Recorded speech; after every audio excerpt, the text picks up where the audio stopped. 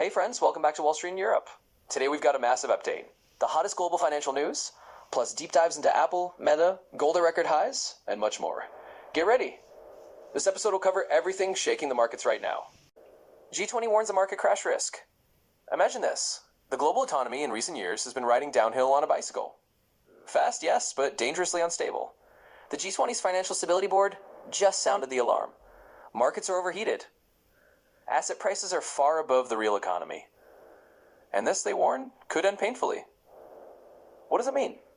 Company stocks are worth more than they actually earn. Real estate is rising faster than people's incomes. Even cryptocurrencies and bonds are often overpriced. It's the classic bubble. And every bubble eventually bursts. History reminds us. 2008, the housing bubble. 2000, the dot-com crash. And today, experts at G20 say we risk making the same mistake again. The most worrying part? Regulators see the threat, pause, but they're slow to act. Why? Because raising interest rates or tightening rules could hit the economy right now, and politicians fear angry voters. For investors, the signal is crystal clear. Volatility lies ahead. Doesn't mean markets will crash tomorrow, but the chance of a sharp correction is growing. As always, those holding risky assets could be the first to get hurt. India and the $5 billion IPO boom. India is quickly becoming the new Asian tiger. This October, the local IPO market has come alive. Companies are preparing to list shares worth more than $5 billion. Big names include Tata Capital and LG. Why is this important? India today is one of the fastest growing economies in the world. In the middle of the US-China trade war, many investors are searching for new places to put their money. And India is the clear winner. Production is moving there, and capital is following. In China, we see slowdown, US pressure, and heavy state control. But India looks far more open to Western capital. Of course, it's not all smooth. Infrastructure is still weak. Bureaucracy remains a problem. And sometimes growth feels overheated. But the fact is clear. On global capital markets, India is now attracting attention. And this IPO boom proves it. For investors, the message is simple. When diversifying into Asia, it may no longer mean China, but India. Wall Street rallies after Trump softens his rhetoric. After a week full of threats about tariffs and a trade war with China, Donald Trump suddenly softened his tone. And markets reacted instantly with a strong rebound. The S&P 500 jumped 1.6%. Nasdaq surged more than 2%. Investors live by one rule. Bad certainty is better than no certainty at all. And Trump announced 100% tariffs on Chinese imports, and the market crashed. But the moment he stepped back and spoke about negotiations, hope returned. Hope that the worst-case scenario might not happen. This feels like the classic Twitter effect from Trump's presidency. One statement sinks the market. The next one lifts it. For traders, it's a goldmine. For long-term investors, it's a headache. But the key takeaway is clear. We've entered a phase where political statements directly drive the markets, which means investors must now watch not only company earnings and Federal Reserve policy, but also every political headline. Especially now, when the US-China trade war has become the defining theme of the year. Apple, Jefferies forecasts a 17% decline. Now let's talk about Apple. Jefferies analyst Edison Lee says the company's stock could fall nearly 17%. The reasons? Weak demand for the iPhone 17. Supply chain problems? And most importantly, the risks of a trade war.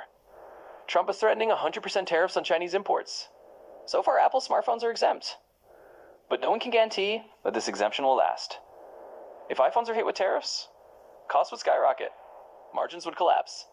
Add to that the slowdown in new model sales. Expectations were high, but reality turned out much weaker. Indian production can't cover all demand. And moving factors to the US would take both time and money. The market is divided. UBS keeps a neutral stance with a target of $220. The Wall Street average target is $251, but Jefferies is tough. More risks down than up. For investors, this is a serious signal. Apple is no longer seen as the unquestioned engine of growth. Meta, Citi expects 30% growth. On the other side of the spectrum, we have Meta. Citibank has called it their favorite stock. They kept a buy rating with a target price of $915. That's almost 30% higher than current levels. Why the optimism? Meta is aggressively capturing ad budgets from its rivals. New tools, including business-focused AI, are boosting user engagement and making ads more effective. Since the start of the year, Meta stock is already up 22%. But Citi says the potential is far from over. Profits and revenue could exceed forecasts in the upcoming report, set for October 29th. Even skeptics like Moffett-Nathanson still keep a buy rating, with a target of $890. So the majority of analysts agree. Meta looks strong today. And even in a turbulent market, it's still able to grow. For investors, this creates an interesting contrast with Apple. Two of the world's biggest tech shahs, but one under pressure, and the other firmly in favor. Gold surpasses $4,100, a historic record. And finally, let's talk about precious metals. For the first time in history, gold has broken above $4,100 per ounce.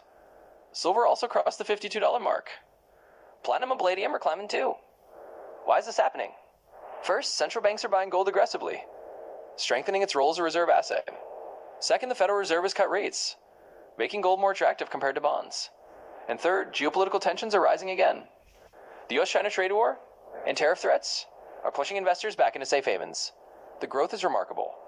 This year alone, precious metals have gained between 55% and 80%. And analysts are convinced, as long as uncertainty remains, demand for gold will stay strong. The key takeaway? As analyst Colorado put it, volatility may ease, but it never disappears, which means gold will remain one of the world's most trusted safe haven assets. Oil falls to a 17-week low. Oil prices are once again under pressure.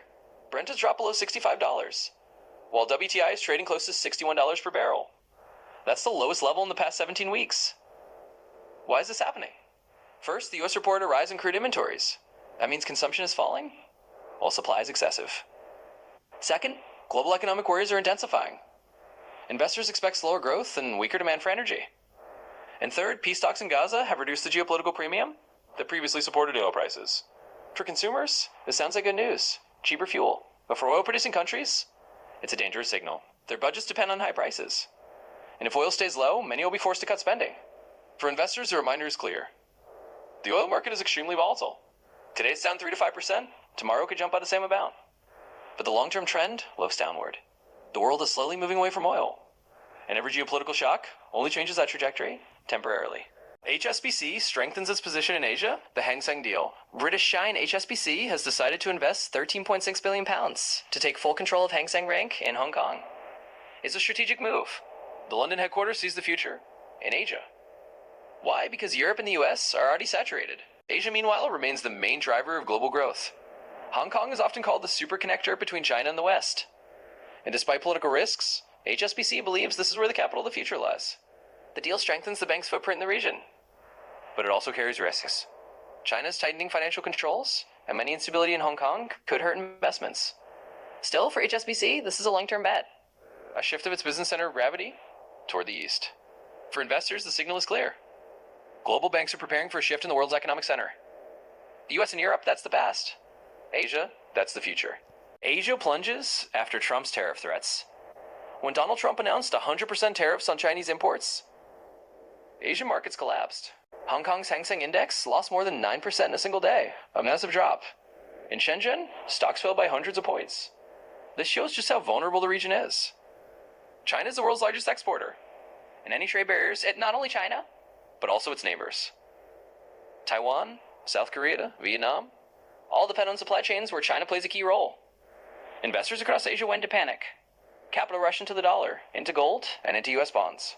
Asian currencies weakened. It's a clear example of how political statements from Washington can instantly change the mood on the other side of the globe. For long-term investors, the warning is obvious. Asia will remain volatile, and betting on the region always comes with the risk of geopolitics. IMF chief, uncertainty is the new normal. Kristalina Georgieva, head of the International Monetary Fund, has said it clearly. The world must get used to permanent instability. We now live in an era where crises come one after another. A pandemic, an energy crisis, wars, trade conflicts, debt problems. In the past, decades of calm separated these shocks. Today, turbulence is constant. For businesses and investors, this means long-term forecasts are less reliable. You need to build flexible strategies, diversify your assets, and be ready for any scenario. In essence, Georgieva's message is simple. Forget about normal. The new normal is chaos and adaptation. U.S. stocks are approaching a bubble. Experts are now comparing today's valuations of American stocks to the dot-com boom of the 2000s. Back then, investors bought anything, as long as the company's name included the word internet. Today, it looks very similar. Anything tied to artificial intelligence is soaring in price, regardless of actual profits. Many analysts are warning. The market is overheated. The S&P 500 and NASDAQ keep hitting new records.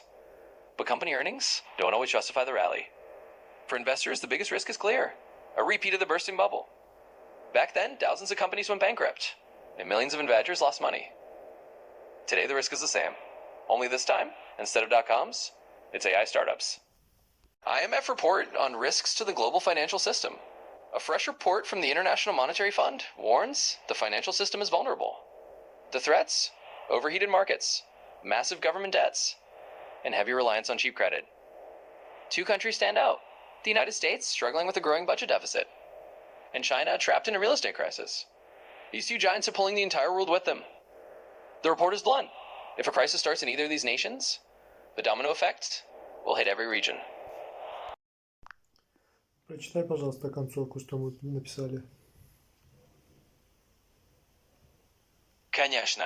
Сейчас прочитаю этот заключительный кусочек с паузами в интонации. So there you have it. Today we've covered everything. From Trump's tariff threats and Asian market turmoil, to Apple under pressure, Meta rising, and gold hitting historic highs. The world of finance has never been this fast moving, or this unpredictable. And for investors, one thing is clear. Volatility is here to stay. Now I want to hear from you. Will gold keep climbing? Or is it just another bubble? Which tech giant do you trust more right now? Apple or Meta? And how do you see the US-China trade war ending? Drop your thoughts in the comments. I read every single one. Don't forget to hit like, share this video with friends, and subscribe to Wall Street in Europe so you don't miss the next big update from Wall Street and beyond. Thanks for watching, and I'll see you in the next video.